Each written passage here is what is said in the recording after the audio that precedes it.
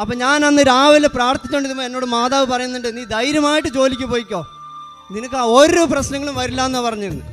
എൻ്റെ എല്ലാ തകർച്ചയിൽ നിന്ന് എന്നെ ഇത്രമാത്രം എന്നെ മാതാവ് എന്നെ ഉയർത്തിക്കൊണ്ടുവന്നപ്പോൾ ഞാൻ ഇനി മാതാവിനോട് എങ്ങനെ നന്ദി പറയുന്നത് എനിക്കറിയില്ല. എൻ്റെ ജീവിതം തന്നെ മാറ്റിമറിച്ചാണ് എൻ്റെ അമ്മ. 5 കമ്പനികളിലെ ഓണർമാർ ഇന്ന് ഇസ്രായേലിൽ മീറ്റിങ്ങിലിരിക്കുകയാണ്. ഇന്നലെ മിനിങ്ങാന്ന് എല്ലാ മീറ്റിങ്ങിലിരിക്കുകയാണ് അവർ.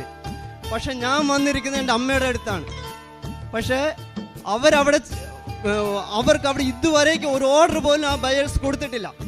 ഇന്നലെ ഞാൻ എൻ്റെ പാർട്ട്ണർ വിളിക്കുമ്പോൾ ഇന്നലെ മാത്രമേ എനിക്ക് 15 ഓർഡർ അവിടെ നിന്ന് അവർ ഇരിക്കുമ്പോൾ മെയിൽ എൻ്റെ ഇതിലേക്കാണ് വരുന്നത്. 15 ഓർഡറിനുള്ള മെയിൽ ഇന്നലെ വന്ന് എനിക്കിത് കൺഫേം ചെയ്യാൻ പറഞ്ഞു വരുന്നു. അവിടെ നിന്ന് ഓണർമാർ എൻ്റെ പാർട്ട്ണറെ വിളിക്കുകയാണ്, നിങ്ങൾ എന്ത് മറിമായാണ് ചെയ്യുന്നതെന്ന്.